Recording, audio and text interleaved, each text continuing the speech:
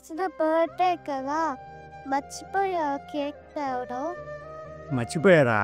సారీనే, ఇప్పుడే తీసుకొస్తానే.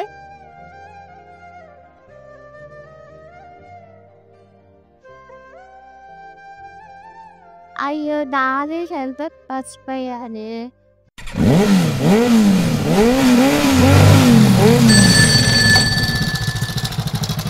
నిబ్బి చెప్పు నిబ్బి.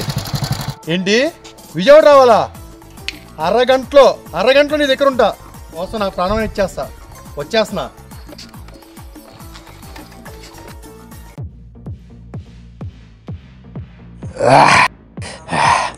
రే తాగినా ఊరుకుంటుంది మా ఆవిడ, తయ్యాని రాకపోతే మాత్రం ఊరుకోదురా. వెళ్తున్నారా? రే ఇడికి ఎక్కువైందిరా. తాగి డ్రైవ్ చేయటం సేఫ్టీ కాదురా. ఓలా గానీ ఆటో గానీ బుక్ చేసుకుని జాగ్రత్తగా ఇంటికి వెళ్ళు. ఎవరు అనుకుంటున్నావురా? Durga, I'm study.